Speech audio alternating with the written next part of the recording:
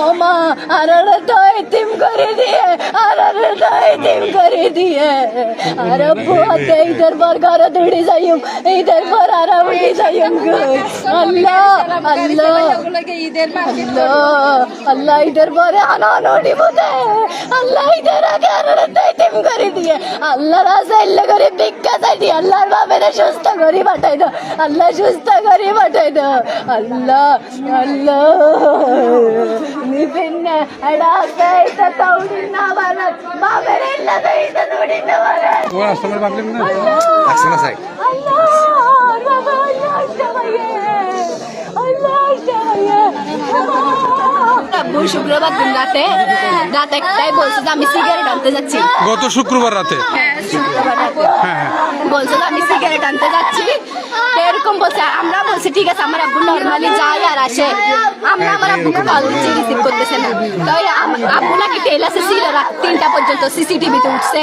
তো আমার আব্বু আমাদের বাড়িতে একটা ছেলে আছে এটা আমাদের ভাইয়া লাগে আমার আব্বুর ভাইফুত হবে ও এটা আজ্জু আব্বু সবসময় আজ্জুর সাথে থাকে তা আমার আব্বু আজ্জুকে বলতেছে যে আম্মু বলছে যে আজ্জু তোর লাগে কি তুই চাচা আসিল আর যে চাচা লাগে আছে তুই চিন্তা নবি জবাবি তুই ঘরে যে ঘুম যাবি তা আমরা নর্মালি শুয়ে গেছি ওর সাথে যখন আনছে বলছে আমরা আমাদেরকে আশাইটা দিছে শনিবার দিন সকালে যখন ওর কাছে গেছে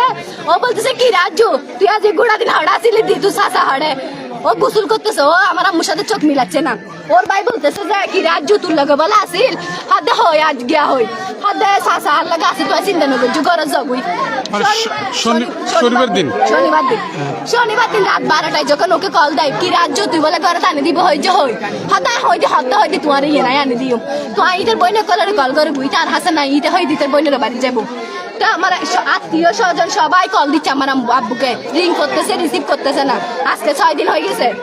তারপর রবিবার দিন আমরা দুপুরে জিডি করতে যাই থানায় আজ্জু গায়েব হয়ে যাই তারপরে থানায় রবিবার দিন রাত 12টায় পুলিশ আসছে আজ্জু থেকে জিজ্ঞাসাবাদ করছে ও বলছে যে আমি যদি করে থাকি আপনারা আমাকে এখন ধরে নিয়ে যান সমস্যা নেই এখন ও রাতে এটা পড়ে যাওয়ার পর পুলিশে বলতেছে লোকেশন তো এখানে বাড়ির ভিতর বলতেছে এটা বলার পর পরদিন সকালে আমার আম্মু যখন ছাদে পানি দিতে গেছে সকাল 9টা বাজে দেখতেছে যে আমার আব্বুর মোবাইল আর সিগারেট একদম ছাদের কাছে রাখি গেছে একদম চালাকি করে এমন ভাবে রাখছে যাতে এটা পানিতে না ভিজে সিগারেট এটা যে মানুষ ঘন্টার ভিতরে 3টা সিগারেট খায় এ মানুষ কেমনে 5টা সিগারেট আর গ্যাস লাইট সিগারেটের ভিতরে তাকে যায় তারপর আমার আম্মুকে গেছে সঙ্গে সঙ্গে পুলিশকে বলছে পুলিশ বলছে আচ্ছা ঠিক আছে সন্ধ্যায় মোবাইলটা নিয়ে আসি আর আমরা তদন্ত করবো মোবাইলের কি গেছে কল লিস্ট বের করছে কল লিস্ট বের করার পর দেখতেছে যে এখানে 8জন নাম্বার আছে আত্মীয় স্বজন যারা কল দিছে আমার আব্বু কারো নাম্বার রিসিভ করে নাই শুধু আমার ফুফির জামাইয়ের সাথে একটু কথা বলে কলটা কাটিয়ে দিয়েছিল শুক্রবার দিন রাতে তারপর রিং করতে আছে আজকে 6 দিন হয়ে গেছে কালকে রাতে আমরা থানায় গেছি ওদেরকে বলছি ঠিক আছে যদি কেস করা লাগে আমরা কেস করবো কিন্তু আমার আব্বু ঘর থেকে বাইরে কোথাও থাকে না আব্বু ঢাকা গাড়ি নিয়ে যায় ঢাকা থেকে ডাইরেক্ট বাসায় আসে আব্বু কোথাও বাইরে থাকে না তাই পুলিশে বলছে ঠিক আছে তোমরা বাসায় যাও আমরা তদন্ত করব আমরা নাম্বার আরেকটা আছে যেটার কল লিস্ট বের করবো তোমরা কালকে সকাল আসিও আজকে সকাল আমরা যাইতাম আমরা রেডি হচ্ছি আমার চাচা ভাই ব্রাশ করতে গেছে ওইখানে আমার চাচা ভাই বলতেছে যে চাচা দে বাবার তো ট্যাং 1000 ট্যাং বাসি উঠে আরে বল নষ্ট হয়ে গেছে আরে বল নষ্ট হয়ে গেছে এটা গত শুক্রবার না এটা কয় তারিখ পড়ছে গত শুক্রবার 6 তারিখ আপনি কোন মেয়ে এটা আমার আচ্ছা আপনার নাম কি আমার নাম মিম আপনার বাবার নাম কি মঞ্জুর আলম বয়স কত আপনার বাবার আব্বুর 45